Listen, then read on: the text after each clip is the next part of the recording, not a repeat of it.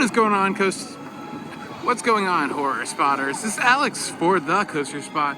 We are at Universal Studios Orlando Resort at Universal Studios Florida for Halloween Horror Nights 31. We're gonna go inside, show you all of the houses, all 10 of them. There are 4 IP houses, as you can see all the banners here. Then there are 6 original ones. We'll show you the scare zones. We'll show you one special thing in City Walk, and we'll show you where you can get all the food and the shows as well. Before we even get into it, we'll take a look at some of the merchandise that you can get this year at the event. And here's a look at the house t-shirt and some of the amazing decorations inside of the main store. Of course, there's plenty of places that you can get Horror Nights merchandise all around the park, in City Walk, even at the hotels they have a little bit. Looks amazing as usual. Some Loungefly backpacks, posters, magnets, pins. There it is. Look at that. And they do have the Scarecrow stock once again, which you can go around and find 13 different Scarecrows. And yeah. The first scare zone you're going to come to is right in front of you. The Horrors of Halloween. The Pumpkin Lord from last year's Best House is front and center. There he is. You got photos with him. Did you use Snapchat, right? Alex, are you taking some out? Pretty awesome. And as you make your way down Production Central, there'll be lots more of the creepy creatures to greet you along your way. The first house is going to be Hellblock, which is going to be prison mates have been turned into creatures, and you need to escape the prison as you make your way through the haunted house. Pretty good one. Unfortunately, it is probably the weakest house of the event, but it also has a very low line, so if everything else is crazy, hit up the front of the park. Take a closer look at the scare zone here, some of the props there. There they are.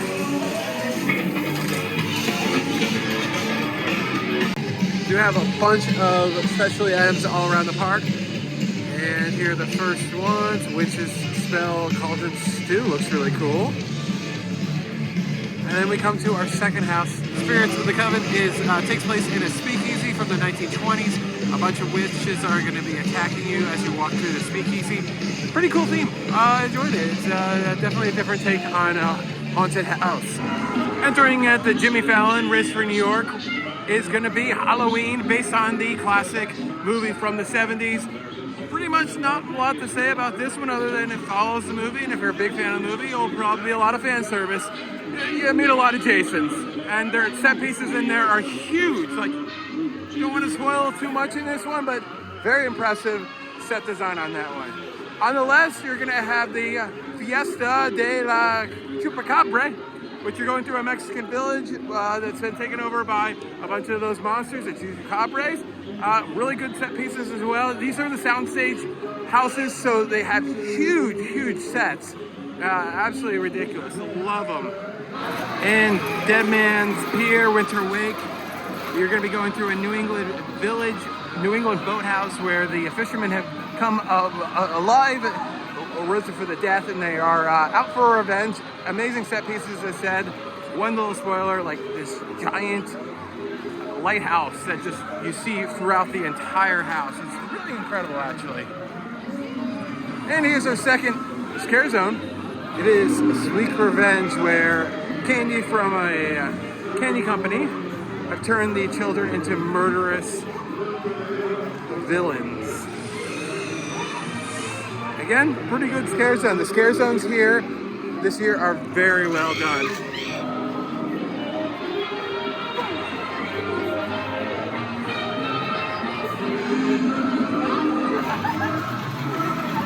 And something really fun about Rip Ride Rocket this year is if you know how to do the secret song menu, type in 666 and you'll get a surprise. Very neat. And of course, for the last few years, the tribute story is something that you always got to check out. Even if you don't want to buy anything, always fun to just walk through there and check out the theme. We'll give you a quick look at what some of the things you can get. Not a lot of emphasis based on the food this year, but that's okay.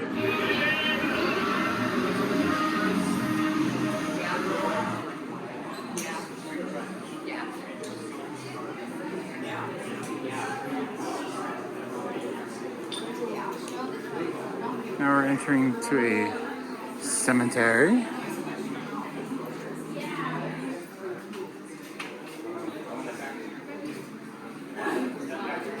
We know that corgi. We haven't met that corgi, but we could probably if we wanted to. We know that corgi. That's really cute. We should have done that for our dog. Maybe we will next year. That would be fun. I wouldn't put myself on here because I don't have enough. I'm not narcissistic, so. But our dog is. Totally. Ooh, that's fun. I don't know why Casper is such a thing. Everywhere. What is? Casper. Isn't that Casper the Fun Ghost? Everyone loves him. He's the Yeah, friendliest but ghost. there's no. He's not in any horror night stuff this year. Tease. Maybe. I like the stained glass windows. That's fun.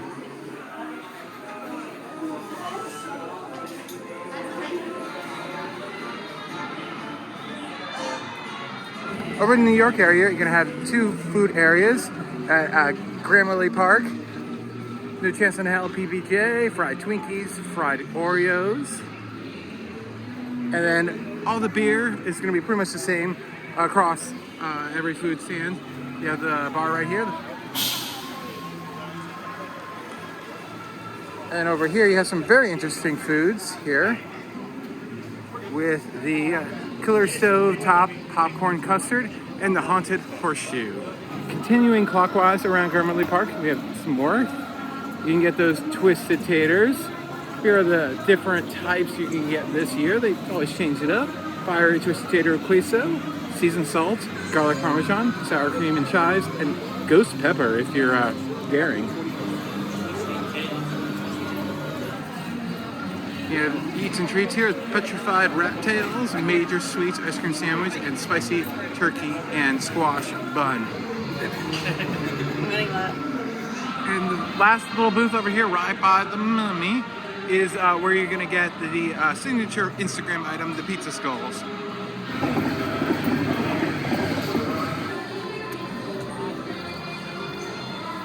It's essentially a bite-sized calzone. As you can see, the inside's there. It's very good. Pepperoni in there, and got it all. They even have a little bit of a walkthrough here with the this little food item, the meat locker. And there's the item. The second place you can find a bunch of food items is going to be in San Francisco, starting with Louis. They do have pizza fries here and Reuben fries, which is something different. We'll show you the original location where they were made famous, of course, a few years ago, more than a few years ago. Taking over the Fast and the Furious is going to be the Blumhouse, which has 2 houses in it. So you're going to have Freaky, which is more or less a slasher flick, and then Black Phone, which is a psychological thriller. And here are the first things. And then we're gonna head into our scare zone that takes over right near the exit of Fast and the Furious. And here's Conjure in the Dark, which a bunch of evil spirits are awoken. And yeah, they're pretty creepy. They also do a little bit of a sacrifice show right here as well. Whoa. As you can see, the sacrifice is actually taking place right now. Oh. On this night, we shall cast this spell and bind it tight. Gather more followers and spread All Hallows Eve. We saw her get sacrificed last night. As we walk through London and entrance to, obviously, Diagon Alley, the Harry Potter world. Just a few little pro tips is they advertise it at 6:30 open, but it is more like, you know, a little bit before 6 that it will probably open.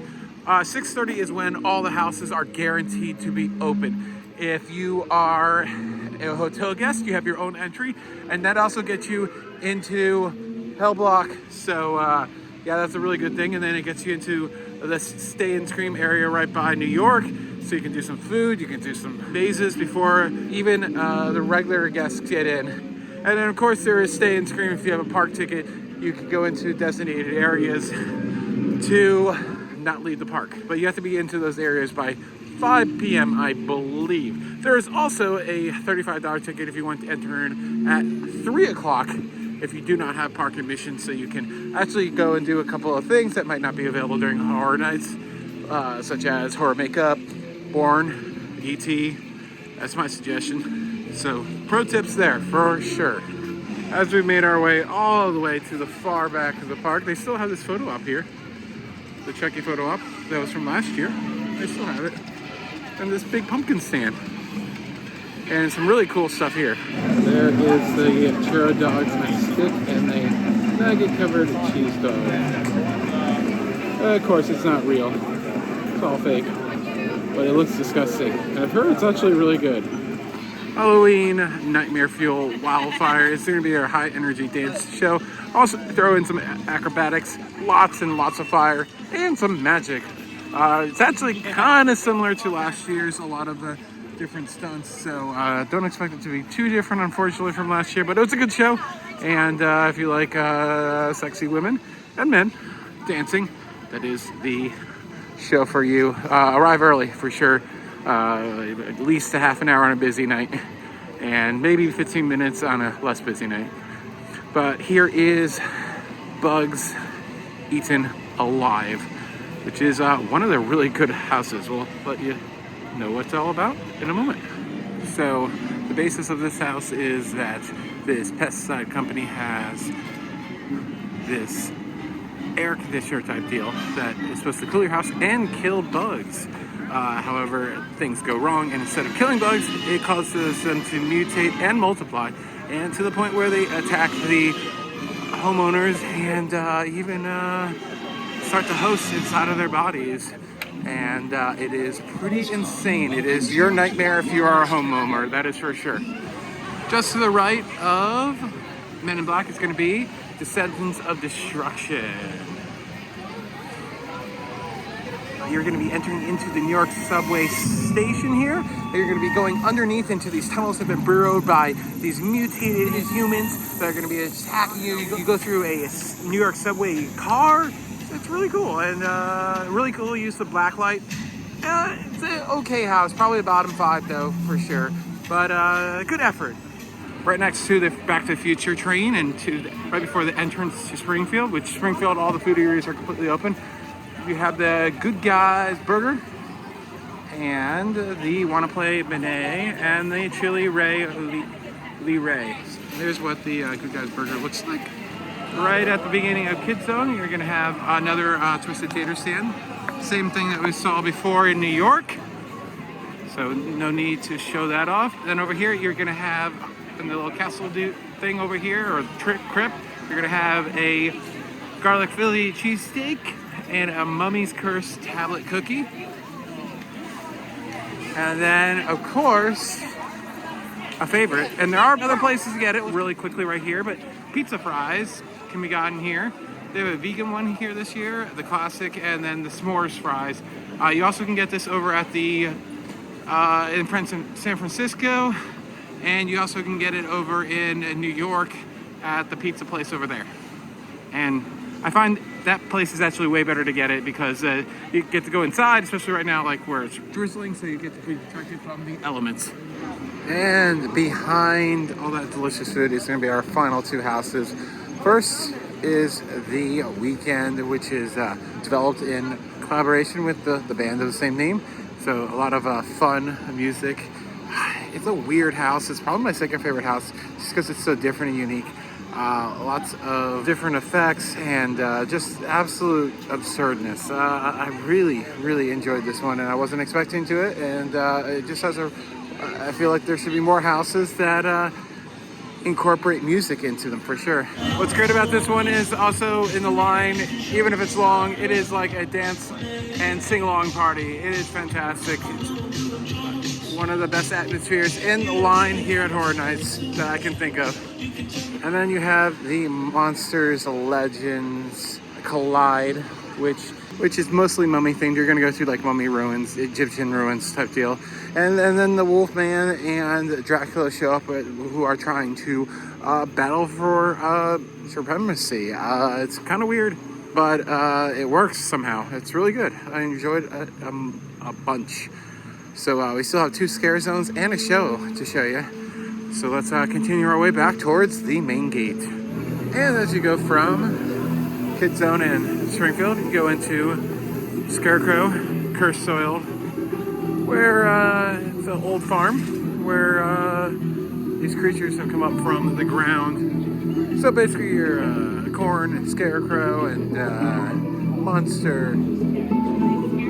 And this scare maze is always really good, especially since it's more of a walkthrough than an area because it's so narrow and I love the trees. Just have little lanterns in it this year.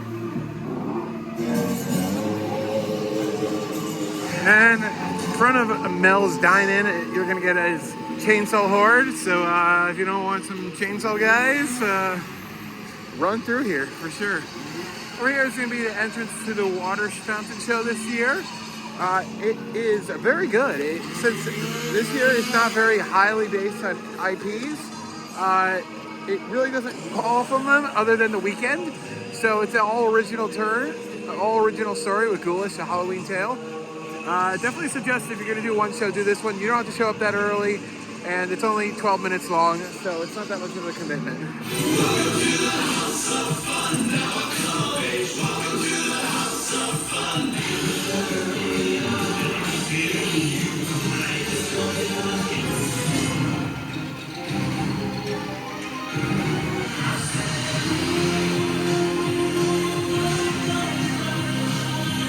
And finally, in Hollywood is going to be Graveyard Deadly Unrest, which obviously is a graveyard-themed scare zone. What's great about it this year is the sets are huge. If you didn't know before, these had to be very small in Hollywood and New York. But since Universal is currently between parades, they don't need to worry about wheeling things out in the middle of the day. So everything can stay and be on a bigger scale, which is great to see. Lots of ghouls and ghosts and crazy stuff.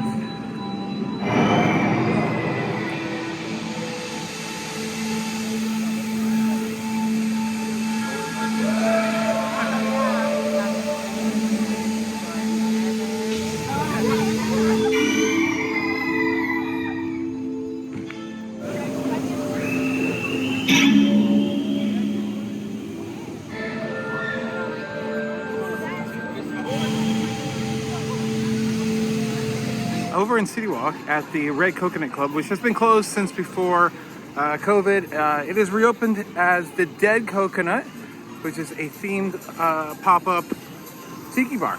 So let's take a quick look inside and show you the menu. Yeah, this is really cool what they did. Oh God, really? Rihanna. This is some really cool tiki. Look at Frankenstein tiki. That's so cool. It is so cool. I like the half tiki clown.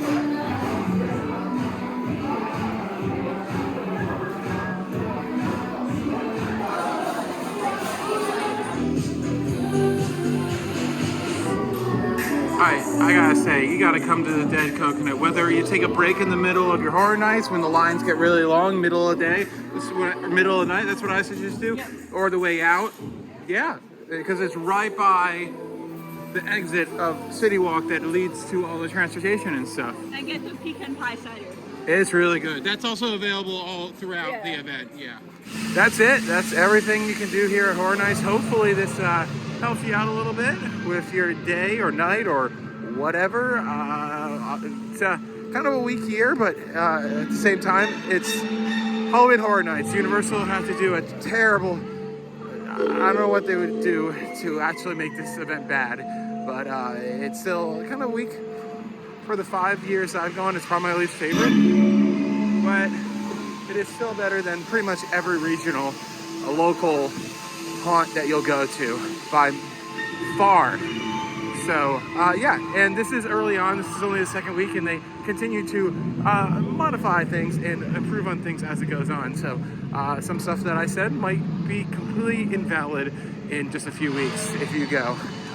But if you have different experiences from what we did and what we felt like happened, put them in the comments down below. And we also did a vlog for my first time experience, which this year I knew absolutely nothing. So every single detail was a surprise to me. That was absolutely fantastic to do it that way. Really, really nice just to walk up on a maze and be like, what is this? So yeah, that was fun to do.